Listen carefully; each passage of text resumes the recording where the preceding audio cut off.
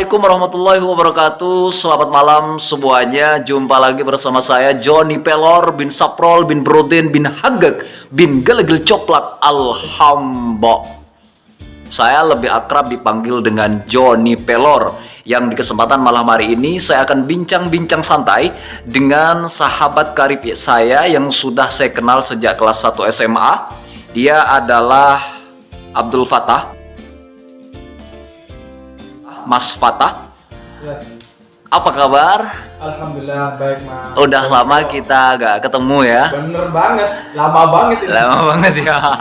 Dan teman-teman, perjumpaan kita kali ini akan kita abadikan dalam satu video yang akan membahas tentang 7 kesalahan fatal pelamar kerja ditolak. Dan jangan lakukan hal-hal 7 kesalahan fatal ini. Karena kebetulan Mas Fattah ini setelah saya temui di Gresik, dia sekarang sedang bekerja di salah satu pabrik ternama di Gresik ya, sebagai staff ya Mas Fattah. Semoga cepat diangkat jadi supervisor. Amin. Oke, langsung saja nih Mas. Gimana? Bicara tentang pengangguran, bicara tentang kemampuan setiap manusia. Iya. Saya sangat yakin sekali bahwa setiap manusia itu memiliki kemampuan yang terpendam, yang kadang dia tidak mengenal siapa dirinya. Benar. Dan itu termasuk dari salah satu. Loh, serius? Benar. Salah satu dari yang 7 kesalahan itu. Iya, jadi benar termasuk dari 7 fakta yang dapat ditolaknya menjadi seorang karyawan. Karyawan gitu ya. Dalam perusahaan tersebut dia akan ngasih satu tersebut. Oke, ini kayaknya menarik nih Mas. Oke, Kayaknya bocor ini. Oke deh. Yang pertama, dari 7 kesalahan fatal pelamar kerja ditolak, menurut Mas Fattah yang sekarang menjadi staf di salah satu pabrik di Gresik, ini apa yang pertama, Mas? Ya, terima kasih Mas Johnny Pelor. Jadi kesempatan ini luar biasa. Memang fakta topik yang kita bahas ini memang topik yang sering banyak pertanyaan oleh kalau muda, pemuda-pemudi yang baru lulus kuliah ataupun SMA juga banyak yang mengalami hal ini. Iya. Nah, 7 faktanya itu apa aja? Yang pertama yang jelas adalah kurikulum vitae. Kurikulum vitae Benar. gitu ya. Nah, itu kenapa tuh, Mas? Ini kebanyakan mereka membuat kurikulum vitae hanya sebatas sekedar membuat. Hanya sekedar membuat. Iya, jadi Nggak, nggak punya maksudnya gimana? konsep, nggak punya konsep dan nggak punya desain. Oh, dan gitu. Dia juga hanya sebatas mengenalkan dirinya dan kurikulum vitae tersebut hanya pada intinya saja. Pada intinya saja. Sebetulnya yang dibutuhkan HRD atau penerima kerja itu seperti apa, Mas? Ya, karena kebetulan saya juga berada di salah satu bidang tersebut ya. Untuk di staf legal ya, betul. Tersebut, jadi ya yang biasa kami butuhkan memang tidak hanya identitas yang dia miliki, tapi juga ada yang mana riwayat juga harus ada dan juga kemampuan yang dia miliki. Intinya kurikulum vitae seperti apa yang bagus? Harus ada desain. Dia berdesain. Desain itu seperti Desain apa? itu dia menarik gitu loh. Ada warna dari kurikulum vitae tersebut. Jadi jadi nggak hanya jadi hitam nggak putih ya? Nggak polosan. Johnny Pelor nggak polosan. Oke, benar. Jadi Lanjut next. Nah, terus juga Pertama harus ada desain. dan juga harus menarik. Menariknya itu seperti apa? Menariknya seperti apa? Misalkan ada di keterangan mampu bahasa Inggris, bahasa Indonesia atau bahasa asing lainnya. Nah, itu jangan dibilang mampu atau baik atau seperti apa, tidak. Kasih bintang. Berapa bintang? 2 kah? 3 kah? Kalau bilang bintang berarti benar-benar menguasai. Oh gitu. Kayak gitu. Jadi agar membuat HRD itu lebih meyakinkan ya. Seperti itu. Pertama desain, Benar. kemudian yang kedua apa? Kedua juga lebih menarik. Lebih menarik. Menarik juga karena desain ya, juga intinya, isinya, substansinya. Substansinya gimana? Substansinya, jadi harus ada pengalaman kerja ya, memang dia pernah bekerja, pengalaman organisasi maupun prestasi yang dia miliki. Oke, itu di CV ya Mas? Benar, di CV. Itu yang pertama. Yang kedua, kesalahan fatal yang kedua apa ini? Nah, dia salah memilih jurusan. Maksudnya? Jadi gini, kebanyakan seorang yang baru lulus kuliah ataupun baru lulus SMA, mereka mencari kerja yang tidak sesuai dengan jurusannya. Contoh, Contoh, dia baru lulus, maaf saya nggak menjelek-jelekan, misalkan dia baru lulus sebagai sarjana hukum. Yeah. Dia karena sudah bingung harus milih kemana, dia milih coba kesempatan yang tentang Berbeda. teknik Ya, berbeda dengan jurusannya ya. Jadi kan ketika dia lamar pun dia gak yakin.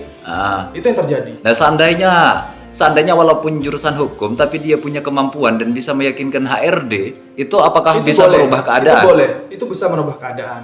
Oh, Itu gitu. keadaan. Yang saya maksudkan saat jurusan adalah antara jurusan dengan bidang yang dia daftarkan tidak sambung dan dia sendiri pun tidak menguasai itu. Oh, Jurusan gitu. Jadi walaupun jurusan sama tapi dia menguasai bidang yang dia lamar, itu sah-sah saja begitu. Asalkan bisa membuktikan begitu ya. Ya, sah-sah saja asalkan dalam lamaran pekerjaan tersebut ada keterangan seluruh jurusan. Oh, gitu. Kalau di situ sudah menyebutkan hanya jurusan salah satu jurusan, jangan maksa. Kalau emang nggak masuk kategori tersebut, Oke, paham. pasti gagal diterima, jadi pasti nggak terima gitu loh. Jadi kesimpulannya kalau boleh Johnny Pelor simpulkan nih, berarti kesimpulannya itu kembali kepada kemampuan dirinya Benar, sendiri benar. begitu ya Mas ya. Next, yang ketiga. Yang ketiga ini yang sering juga terjadi adalah body language. Bang Joni. Jadi body language ini kebanyakan ketika terjadi saat interview. Jadi interview ini buat adik-adik, kakak-kakak semuanya, kadang ketika kita interview, ini biasanya lari dari ketidakpercayaan diri. Dari ketidakpercayaan itu Ya. maksudnya gimana Mas? Jadi ketika tidak percaya diri, maka body language yang kita keluarkan hanya Kaku ya. jadi benar-benar tegang, dia bingung. Dan terkesan nggak? Dan terkesan apa ya, gugup segala macam ya. Dan itu juga harus diperhatikan. Kenapa? Kadang kita nyampe dari rumah sudah sedia senjata, sedia peluru, ilmu yang Peluru apa nih Mas? Peluru keilmuan ya. Ilmuannya dia. Bukan Baik dia- peluru senapan M16 atau apa Bukan, ya. bukan. Ini bukan masalah bahas PUBG, bukan bahas PUBG. Jadi, Apalagi peluru cinta ya. aduh, mumpung jomblo. Lanjut Jadi, Mas. body language tersebut akhirnya menggagalkan ilmu yang dia miliki. Akhirnya ilmu yang dia miliki yang mau disampaikan nggak tersampaikan karena body language dia sudah nggak yakin, sudah nggak percaya diri, akhirnya kaku, bingung harus seperti apa gitu. Sehingga yang menginterview juga nggak yakin Nggak begitu ya yakin. Mas ya. Padahal dia punya kemampuan yang lebih loh. Kemampuan yang Gitu. lebih gitu ya. Oke, yang next, yang keempat ya. Yang keempat. Keempat ini kita bahas komunikasi. Komunikasi itu gimana Jadi, nih Mas? Interview tidak mungkin satu arah, pasti dua arah. Ini maksudnya gimana? Jadi Selingkuh apa? tidak. Jadi dari bidang dari bagian HRD-nya atau personaliannya dari perusahaan tersebut yang kita lamar dengan diri kita. Itu kan dua arah. Nah, memang awalan pasti ditanyakan oleh pihak HRD dari identitas kita, kemampuan kita dan semuanya. Terkadang HRD juga mengajak kita komunikasi, menanyakan apa kemampuan Anda, apa yang Anda miliki. Nah itu bagaimana yang fatal? Kebanyakan yang bikin fatal adalah dia tidak mampu komunikasi, dia sulit kata-kata, sulit berucap, seperti itu Bang Joni. Jadi dia sulit berucap, diajak ngomong juga, diajak bicara pun juga nggak mampu. Dia nggak bingung memilih kata-kata menjadi sebuah kalimat, itu dia nggak mampu. Jadi communication skill begitu juga sangat berpengaruh ya Mas ya. Jadi kita harus seringlah melatih, melihat cermin, anggap dirinya sebagai HRD dari perusahaan tersebut, dan di cermin tersebut anggaplah dirinya sendiri. Oh gitu. Ajak dikomunikasi, hai Mbak, hai Kakak, hai Bapak Ibu, bagaimana? Seandainya begini. Gimana gitu? Si HRD-nya tanya ini, saya menjawab dengan baik dan benar, tapi sorotan mata saya dan berikut juga tatapan seluruh badan saya itu tidak menghadap ke HRD-nya. Itu fatal juga nggak? Itu fatal. Kenapa? Karena yang Padahal itu kan sepele Mas, tapi Benar. fatal ya. benar, itu fatal. Kenapa? Yang kita ajak adalah kita ajak ngomong adalah depan kita. Kalau kita nggak bisa menatap matanya, itu kita cukup menatap keningnya Keningnya gitu ya. atau hidungnya. hidungnya yang sekitar mata. Tataplah hidungnya, tataplah keningnya. Jadi seakan-akan kita tetap menghargai dirinya lawan bicara kita, seperti itu. Oh, itu fatal ya Mas ya? Total. Jadi misalkan saya bicara dengan Bang Joni tanya ke saya jawabnya, ya nggak bisa Bang Joni, ini nggak bisa kayak gini karena kayak gini-gini. Nah kan Bang Joni juga bosen. Yang kamu ajak bicara, Iya benar. bukan di atas atau bukan di belakang. Nggak ada lempar balik begitu ya Mas ya. Next, yang kelima.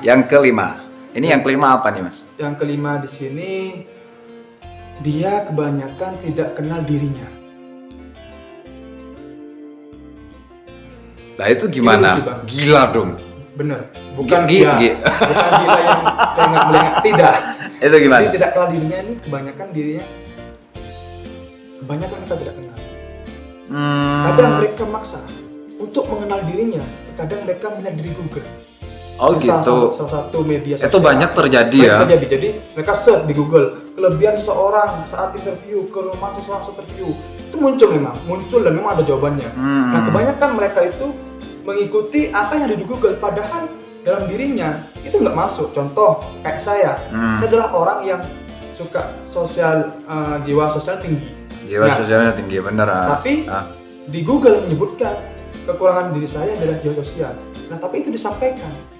Terkadang HRD yang sifatnya memang dia mengerti psikologi seseorang, terkadang dia anak ini padahal kalau dari cara bicaranya dia sosial tinggi loh. Kenapa kok dia bilangnya lemah dalam bersosialisasi? Berarti kan aneh ya. Iya. Dan kebanyakan tim HRD atau personalia sekalipun itu mengerti mana jawaban dari Google, mana jawaban yang jujur dari murni dirinya sendiri. Jadi harus jujur pada diri sendiri. Benar, begitu ya Mas? Dan harus mengenal dirinya. Dan mengakui ya kemampuan dirinya, mungkin begitu ya. Gitu. Oke.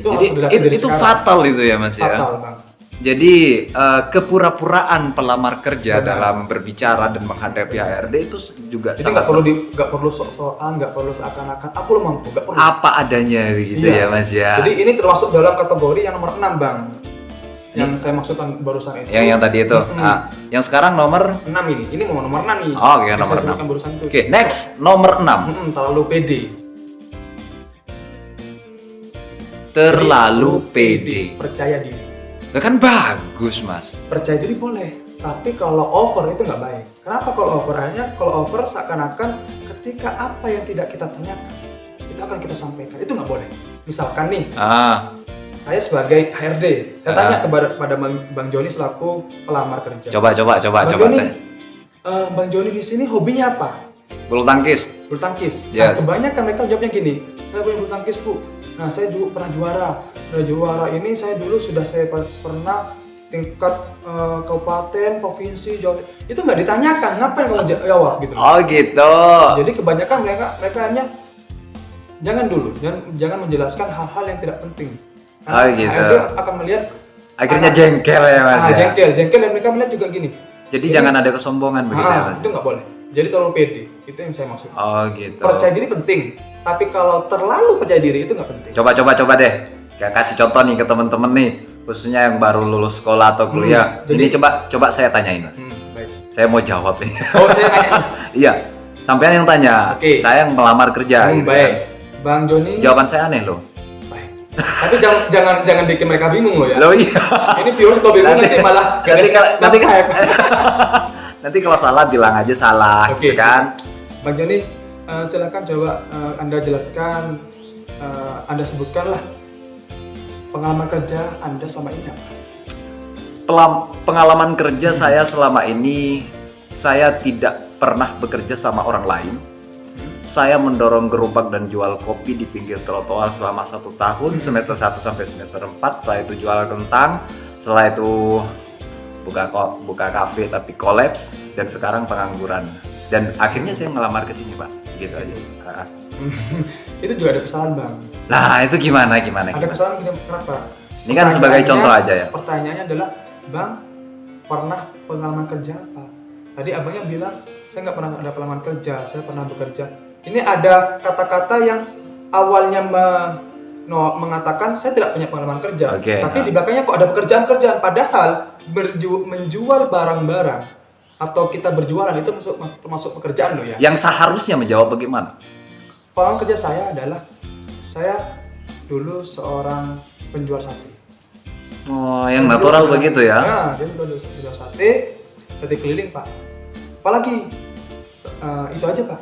Memang itu aja. Jadi kelihatan anak ini jujur. Oh. Gitu. Jadi semuanya ini Bang. Ini semakin kesini kok saya semakin tertarik untuk untuk bertanya-tanya ya. Tertarik untuk melamar kerja ya. Ini mau semoga bermanfaat lah Bang. Iya. Ini karena memang pengalaman saya ketika saya lamar kerja dan ketika saya interview para pelamar kerja yang di perusahaan saya sendiri. Next, yang terakhir. Yang terakhir kebanyakan adalah dia menjelek-jelekkan perusahaan sebelumnya.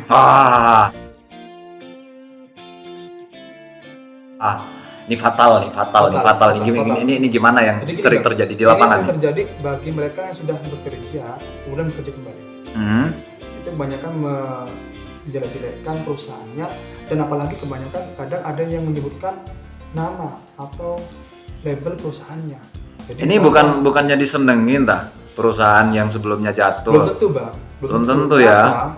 Karena yang dikhawatirkan oleh HRD yang saat ini, ketika dia keluar, dia juga menjelek-jelekan. Gitu loh. Jadi seharusnya dia lebih bijak. Jadi keburukan dari sebelumnya itu juga pasti ada kebaikan. Benar. Jadi orang berkata tidak perlulah kita membahas kejelekan orang lain. Yang perlu kita bahas adalah kebaikan orang lain. Tidak perlu kita mengingat kejelekan orang lain. Yang perlu kita ingat adalah kebaikan orang lain. Jadi sama seperti perusahaan. Ketika dia mampu memberikan hasil positif terhadap perusahaan yang kemarin, begitu sebaliknya, maka itu perlu disampaikan. Memang terkadang ditanyakan Bang, terus ditanyakan, hey Bapak Ibu, yang Bapak Ibu alami dulu perusahaannya seperti apa? Sampaikan apa adanya. Dulu saya Pak bekerja di salah satu departemen bagian seperti ini.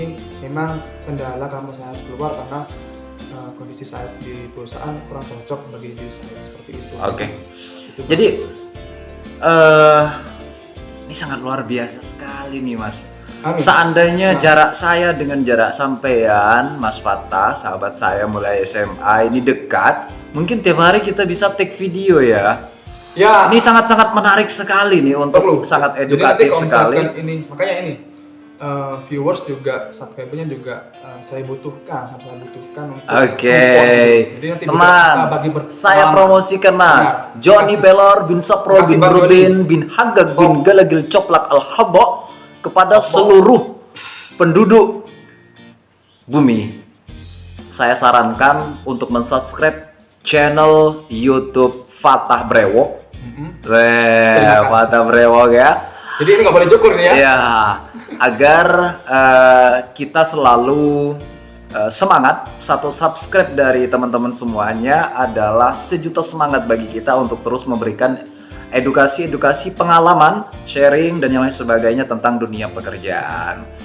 Demikian satu kata Bon. Ini saya mau bilang. Satu kalimat ya.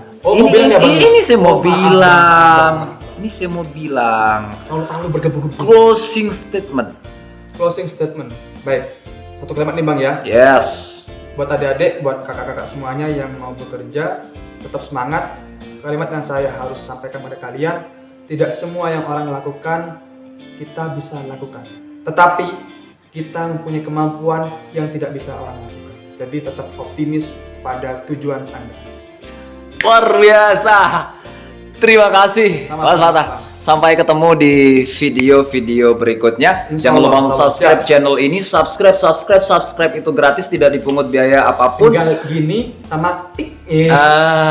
Like, komen, dan share ke seluruh penjuru di tanah air bumi Indonesia. Demikian, Johnny Pelor akan kembali mengudara di video-video berikutnya. Wassalamualaikum warahmatullahi wabarakatuh.